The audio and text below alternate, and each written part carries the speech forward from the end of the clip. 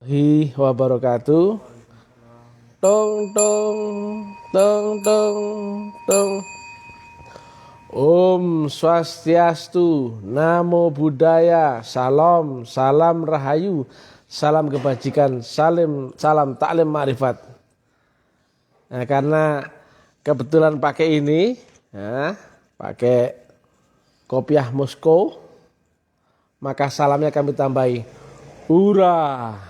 Nah, salam kebangkitan tasawuf ya, menyemangati Viking ya, maksudnya pejuang-pejuang yang berusaha untuk menegakkan agama samawi di dunia ini agar umat bisa kembali kepada jalur yang waris daripada Rasulullah Muhammad.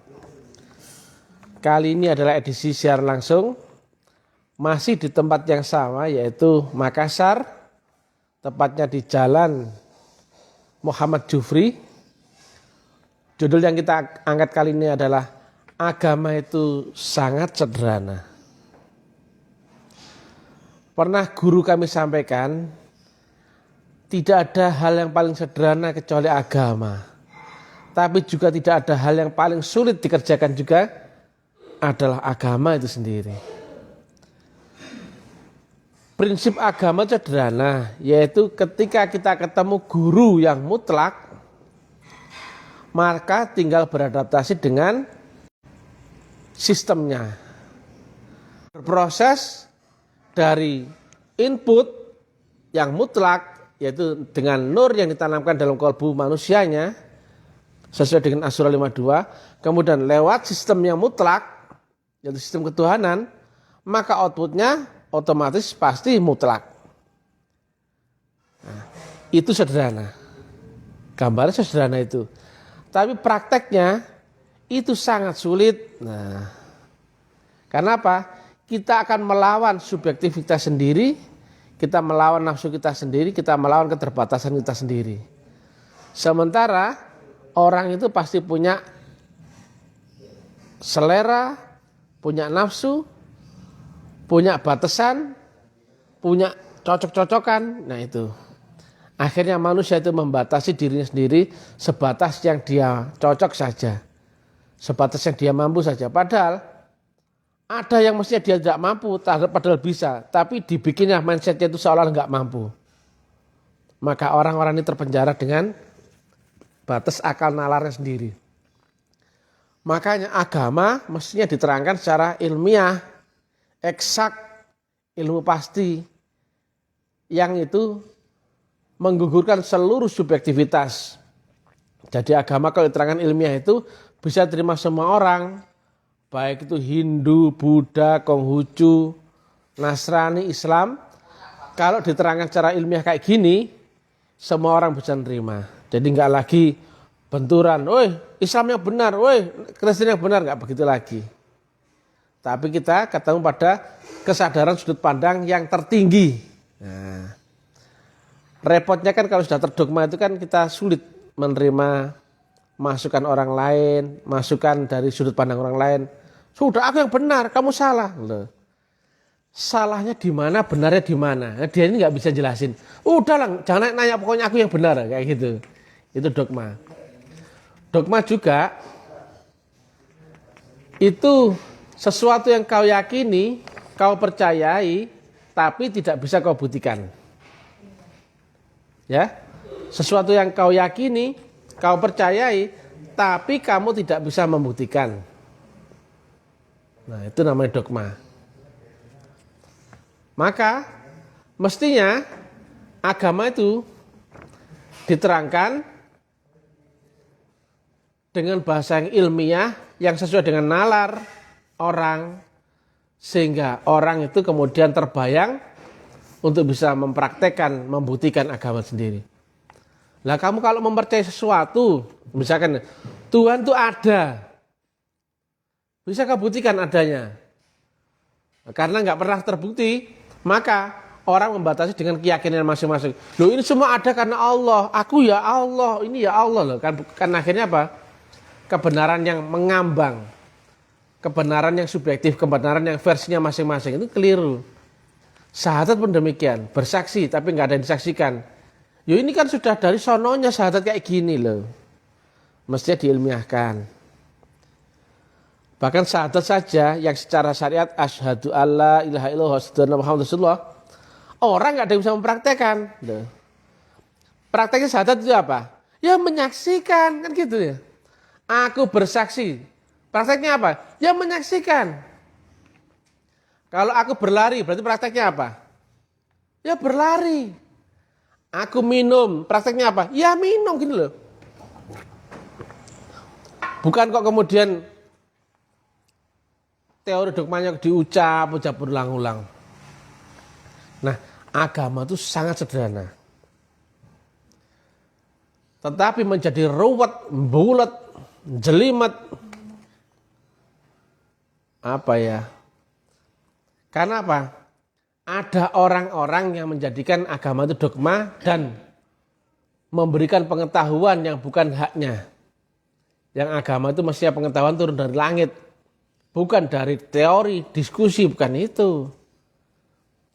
Nah, syariat sekarang sudah sangat distorsi.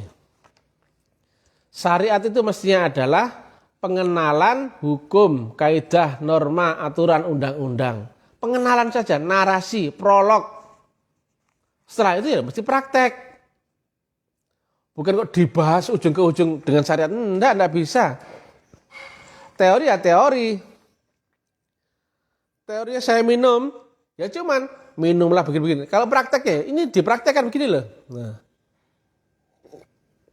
Ini bukan syariat. Nah. Tetapi teorinya itu syariat, prakteknya bukan syariat. Nah, lihat ya.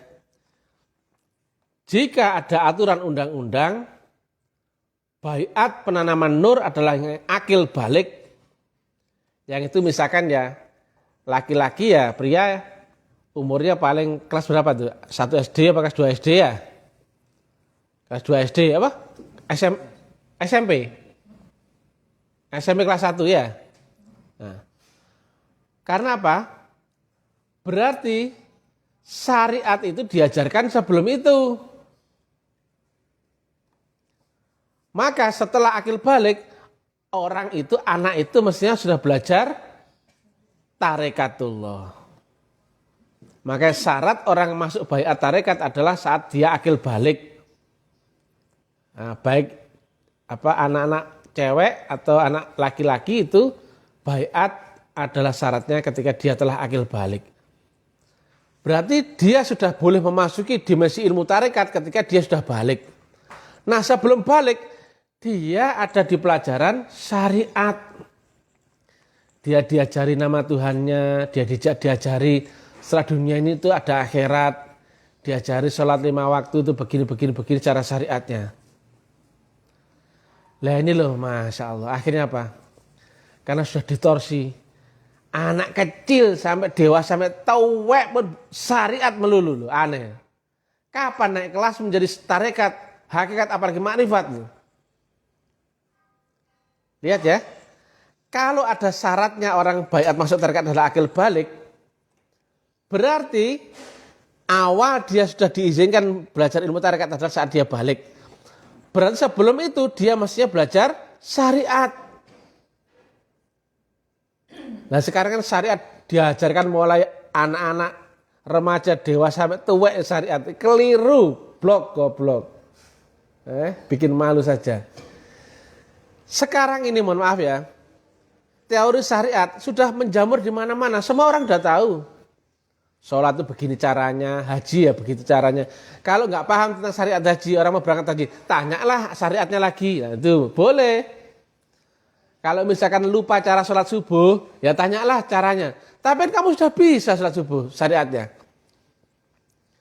Kalau kamu lupa caranya Jumatan, ya tanyalah kepada yang ahli syariat. Tapi kan kamu sudah bisa bersyariat sholat Jumat. Kalau kamu membaca surat Al-Fatihah, kamu kan sudah bisa. Nah, setelah teori itu, mestinya sudah mulai praktek metodologi. Nah ini kan akil balik sudah dikenalkan metodologi, akil balik lah ya. Ya anak SMP lah sudah mulai masuk ke metodologi, masuk ke dalam ilmu tarikatullah. Nah prakteknya nanti di dimensi hakikatullah dengan rohmu menembus akhirat ya. Hakikat itu akhirat ya. Kalau orang ngaku bisa ilmu hakikat tapi nggak tahu akhirat itu dusta, bujuk, dabrus, ya, bullshit, gombal. Nah, syariat ini dunia. Metodologi untuk adaptasi praktikal menuju praktek di alam hakikat atau alam yang namanya akhirat. Nah, hakikat sendiri ada adaptasi. Naik gelombang sampai dia kemudian ketemulah resultante antara sumbu syariat dan sumbu hakikat, maka muncullah resultante yaitu ma'rifat. Ini sudah berhampir akan Allah. Ini sudah mulai kenal Allah. Awaluddin ma'rifatullah. Maka setelah teorinya nanti dipraktekkan lewat metodologi, dipraktekkan, maka ini nanti yang ngasih pengetahuan Allah sendiri. Nah, ini kan enggak Allah dimaklari manusia. Ya. Banyak pendakwa jadi maklar, ngasih pengetahuan tentang akhirat, tentang kubur, tentang surga neraka. Tapi ditanya, kau sudah pernah membuatkan surga neraka? Wah, itu kan nanti loh, kamu kan cuma hafalan tok loh. Kamu tuh bukan guru praktek, tapi guru kursus. Malu-maluin kamu, lucu sekali. Atau culu apa lucu? Lucu ya. Kamu kayak kura-kura loh. Ini kura-kura. Kebetulan ini ada propertinya di sini. Kerjanya Mr. Karim. Ya, ini ada kura-kura kecil, menengah dan dewasa. Masa kamu dari kecil sampai tua kok syariat terus, Kapan makrifatmu? Agama itu di sini loh ya. Kalau ini saja, ini belum beragama, nggak percaya. Lihat ya kalimat Nabi. Awaluddin makrifat ya. Akhiruddin pun makrifat.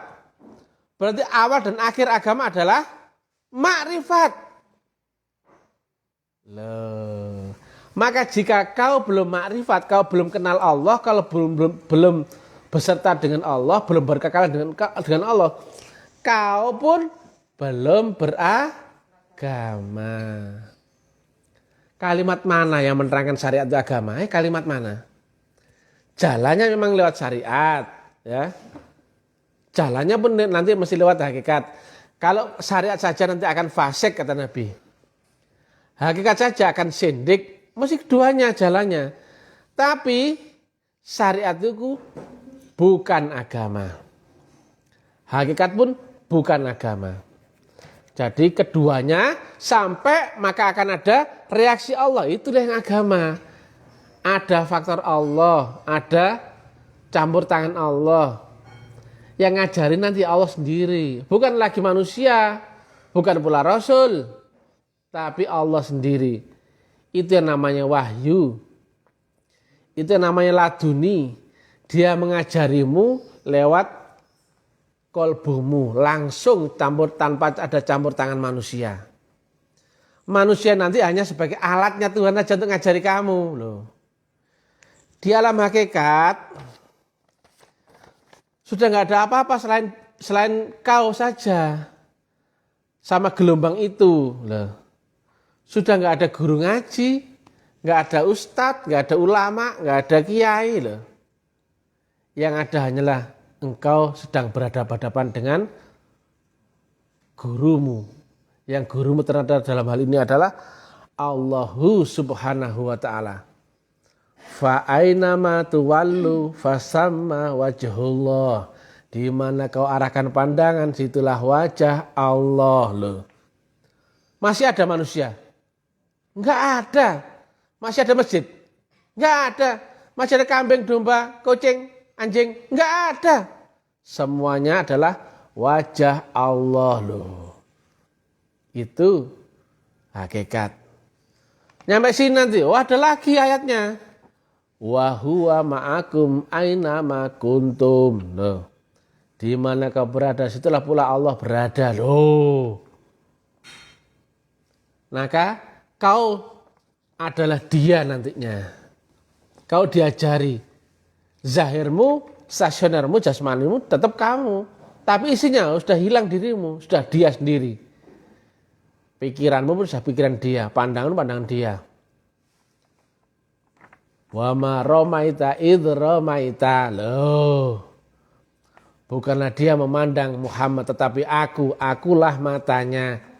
Bukan dia yang melangkah, tetapi akulah kakinya. Bukan dia Muhammad yang berkata-kata, akulah mulutnya. Loh.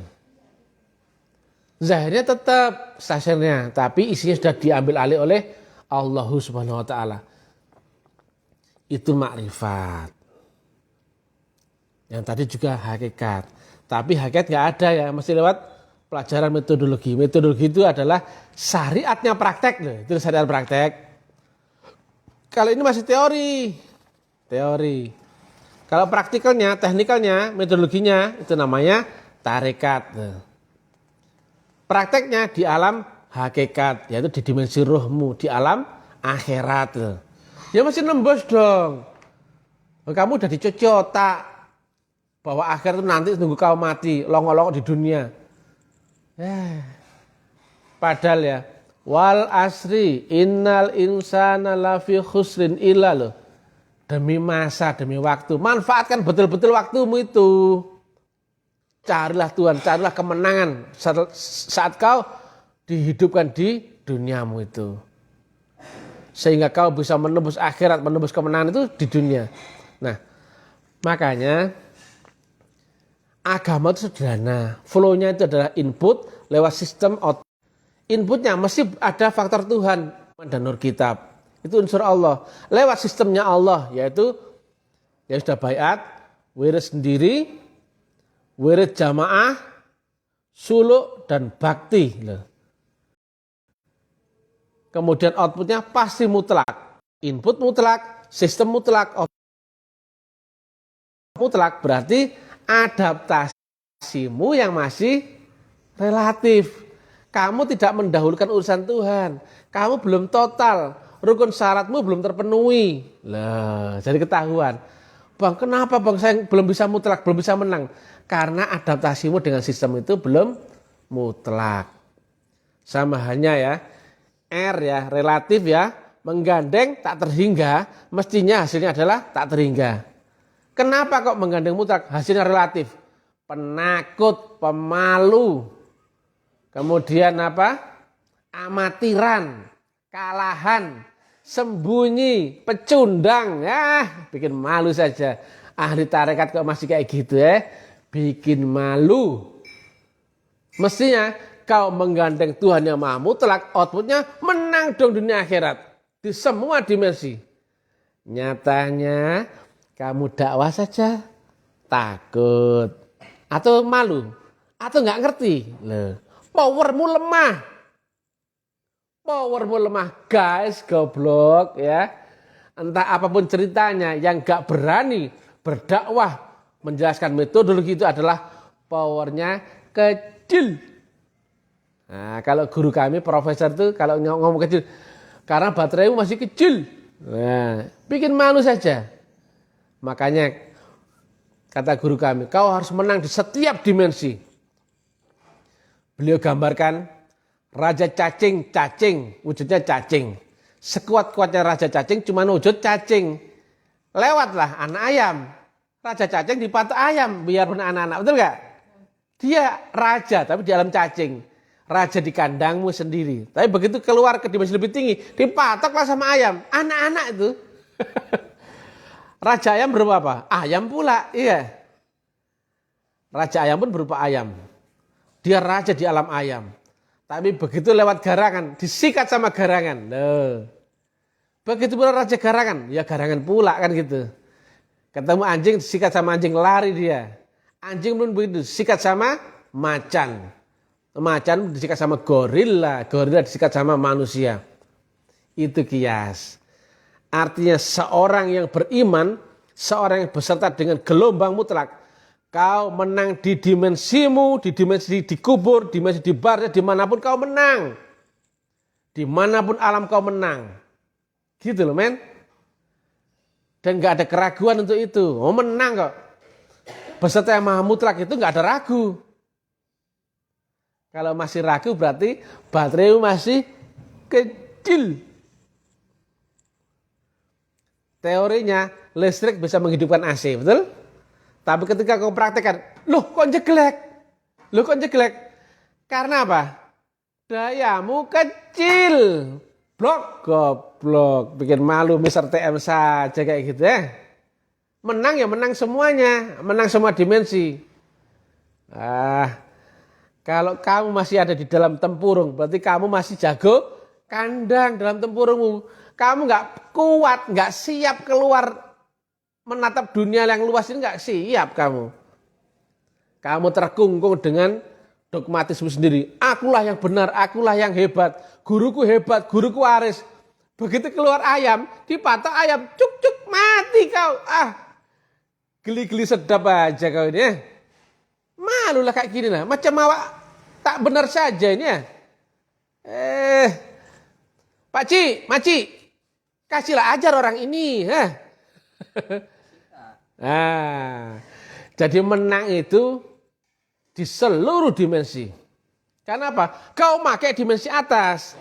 Bahasa Maduranya, a higher dimension comment lower dimension.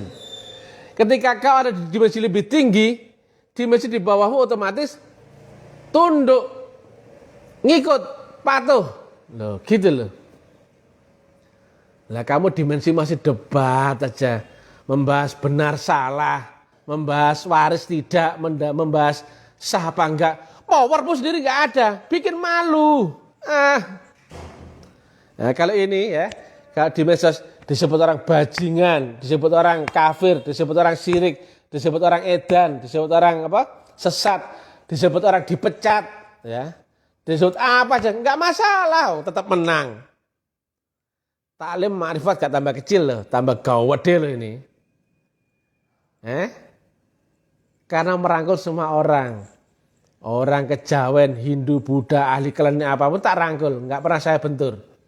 Ini memang urusan kami objektif, maka membentur semua yang subjektif. Tapi kan kami merangkul, enggak pernah memuji orang lain.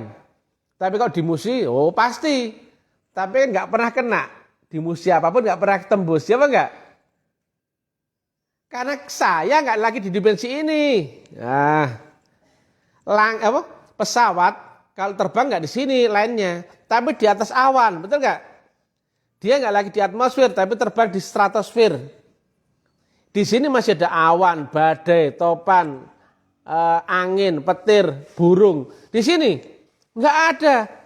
Pesawat itu nanti lainnya terbang di atas awan. Loh. Sudah enggak lagi terkena masalah.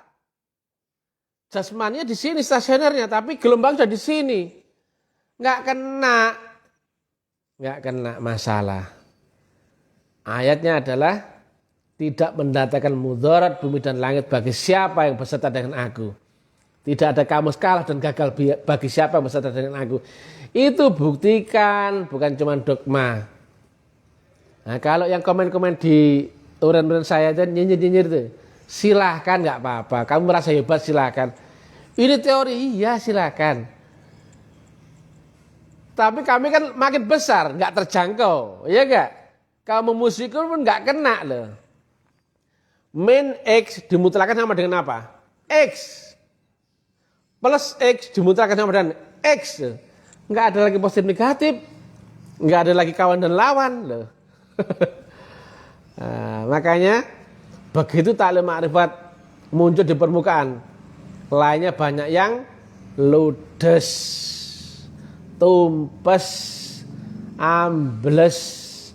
Selama kau subjektif kena turbulensinya gelombang kejut daripada taklim ma'rifat. Itu memompa energi gelombang Tuhan tuh, balar, kesapu semua itu, balar. Lihat ya, kalau nggak percaya. Di setiap uran-uran saya ada dua kutub yang terang benderang. Ada yang sewenang, ada yang membenci loh. Pada kalimatnya sama nggak itu? Sama. Tapi responnya ada yang positif sekali, ada yang negatif sekali. Berarti apa? Energinya super besar. Goblok. Paham kamu? Lihat tuh mata fisikanya. Ada kutub yang sangat positif dan ada kutub yang sangat negatif. Bukan lagi positif rendah atau negatif rendah ya. Kalau jaraknya rendah, amplitudenya kecil. Tapi ini amplitudenya besar. Wet. Ibarat air itu kena tekanan suhu api tekanan tinggi, panas tinggi, maka dia cepat bergejolak loh. Lihat itu. Berarti dia apa? Powernya apa? Besar. Makanya yang membaca uran-uran Mr. TM yang baik hati dan tidak sombong ini pasti bergejolak. Entah itu senang sekali atau benci sekali. Ya enggak? Enggak datar. Beda dengan baca dengan uran lain. Datar saja. Datar. Ini enggak ada yang wet. Itu ada gelombangnya di uran-uran TM itu. Ada di dimensi akal itu pengetahuan, di dimensi di atasnya akal. Itu nur, itu potensi gelombang kejut ketuhanan. Makanya begitu masuk ke publik, bergetar itu publik semua. Bahkan sekarang di-share, disebarkan oleh banyak orang. Dari ujung ke ujung di mana-mana kota. Ya, di FB, di WA, di YouTube. Nggak lama nanti akan tambah besar lagi. Karena ini mutlak. Nggak mungkin dikalahkan sama yang relatif, nggak ada cerita. Mohon maaf ya. Walaupun kalimat saya pura-pura sombong, tetap di atas angin. Loh. Nggak ada musuhnya, nggak ada lawan kita ini. Nah, sederhana, itu trik saja itu sombong itu. Sombong, negatif kan? Negatif. Kali main-main, negatif gak itu? Negatif. Maka negatif kan negatif hasilnya apa? Positif. Nggak tersentuh oleh masalah. Padahal logikanya, begitu sombong, jatuhlah dia, betul nggak? Kok nggak jatuh-jatuh nih Mr. TM? Ya makin besar aja. Itu technical. Nah, kembali lagi ya. Agama sederhana. Ketika kau ketemu dengan guru yang mutlak, gelombang mutlak, membawa gelombang mutlak, tinggal adaptasi sama situ saja. Nyalur sama Tuhan. Sudah. Walaupun nanti breakdown-nya nanti diurai dengan detail-detail yang teknikal disiplinnya. Tapi secara prinsip sederhana sekali. Nah, menjadi sangat sulit karena kau melawan subjektifmu. Dengan relatifmu, dengan seleramu, dengan sudut pandangmu. Itu mesti nol. Yang kau hadapi adalah 3 yang utama. Yang kau cintai, yang kau takuti, dan yang kau benci. Harus kau lepaskan yang kau cintai itu. Supaya kau menjadi nol. Harus kau hadapi yang kau takuti itu. Harus kau tahan dengan yang kau benci itu. Nah.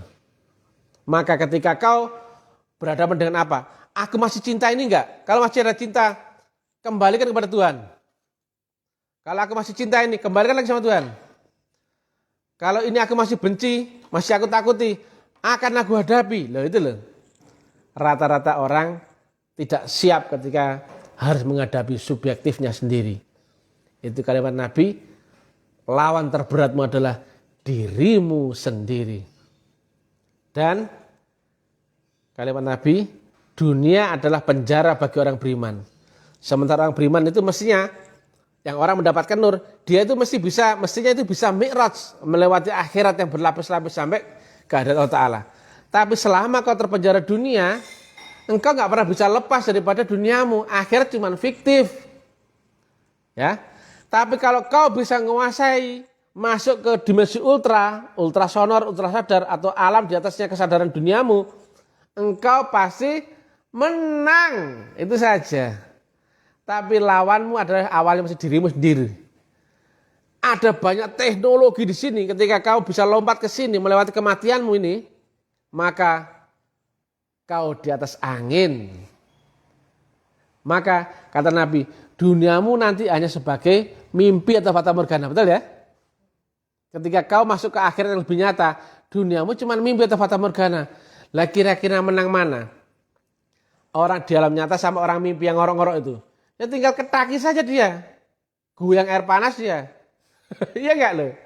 Atau juga dari dimensi alam nyata, tanding sama Jet Li ahli kungfu, tapi dia di dalam film, di dalam TV. Menang mana? Yang nonton TV sama yang dilihat? bosan Jet Li, matikan saja, mati dia. Itulah dari a higher dimension comment, lower dimension. Jangan bikin malu ya. Kalau selama kau teorimu gak bisa naik ke sini, teori gak bisa kau praktekkan, bullshit. Kau tetap pecundang, walaupun kau pinter teorimu. Kalau sama Mr. TM apa itu ya? Ini katanya rendah hati, gitu. Tapi kata orang sombong, biar saja, tetap menang kok. Dibilang rendah hati menang, dibilang sombong tetap menang. Bosan saya. Kata guru saya tuh, maaf ya bahasa beliau itu sebut beliau itu ayah. Ayah dimanapun pasti menang. Biarpun duduk nongkrong dia masih pasti menang. Karena ayah nggak ada lawan. Ayah tetap di atas. Karena ayah di dimensi di atas. Orang kan di sini, gelombang dunia kan di sini. Lah kalau di sini bagaimana? Nggak ada lawan. Sontoloyo itu semua. Jadi Pak, gayanya guru kami ya agak-agak norak-norak sombong gitu. Tapi tetap menang. Beliau seorang profesor kimiawan nuklir, seorang jenderal yang muridnya pun tersebar di seluruh dunia. Itu dunia jasmaninya. Nah, itu termasuk guru kami. Nah, guru kami pun meningkat lagi, tidak lagi berwujud, tidak lagi bernama. Nah, menempati manapun kami kenal siapa gurunya. Nggak lagi menyebut yang itu, yang ini. Guru saya pun akhirnya guru yang sama dengan gurunya Nabi Muhammad, guru yang sama dengan gurunya Nabi Isa, guru yang sama dengan gurunya Siddhartha Gautama, Sri Krishna dan sebagainya. Itu nur, bukan manusia. Hanya saja mewujud sebagai manusia di zaman kita masing-masing. Nah kalau ada orang yang masih debat di wujud zahirnya saja, berarti pandanganmu masih pandangan akal dunia. Kalau masih yang sibuk, hei mursyidnya ini, mursyidnya ini, berarti kamu masih terjebak di wujudnya saja ya. Nah, saya tanya, isi yang di dalam Nabi Muhammad sama isi yang di dalam Nabi Isa sama enggak? Sama. Yang sama yang di dalamnya diri Siddhartha Gautama? Sama. Yaitu nur itu juga. Atman, guru sejati, Roh Kudus, Rasulullah, Mursyid itu sama. Tetapi menjadi berbeda ketika dibahas di akal panca indera dunia, syariat. Menjadi berwujud, menjadi beridentifikasi, menjadi bernama. Nah, yang masih sibuk dengan debat nama, debat wujud, debat status, berarti kamu masih di dimensi akalmu. Kamu belum naik. Pandanganmu masih pandangan ini. Blok goblok. Yang masih suka mendebat TM. Gurumu. Makommu masih makom dunia. Belum nembus ke sini kamu. Kamu belum bisa buktikan bahwa isinya Nabi Isa, isinya Nabi Muhammad itu sama. Yaitu nur itu juga. Makanya masing-masing Rasul gak ada yang kontradiktif. Saling membenarkan, jalannya sama, gurunya sama. Nah, beda kalau jalannya beda, gurunya beda. Pasti saling menyalahkan, betul gak?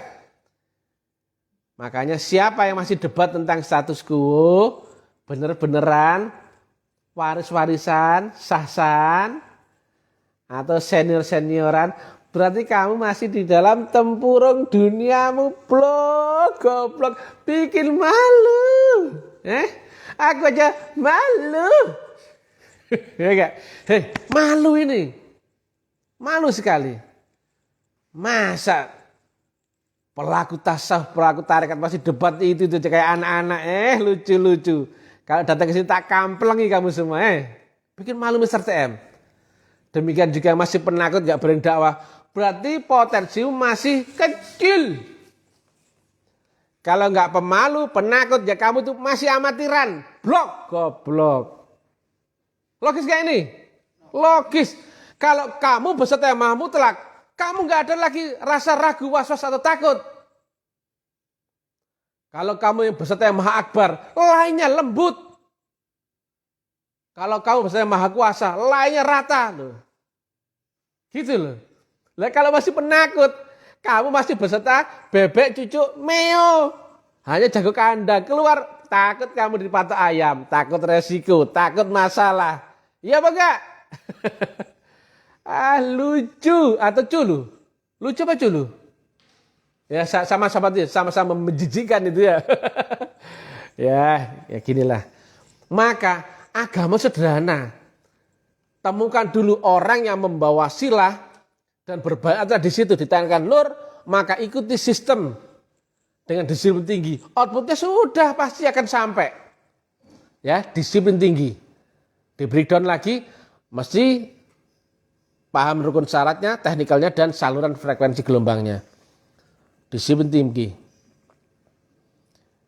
Tapi prakteknya sulit ya, karena kau melawan batasanmu sendiri. Makanya agama, kata guru saya, yaitu seorang Sayyidi Syekh, namanya, rahasia. Rahasia. Jadi tidak ada perkara di dunia yang sesederhana daripada agama.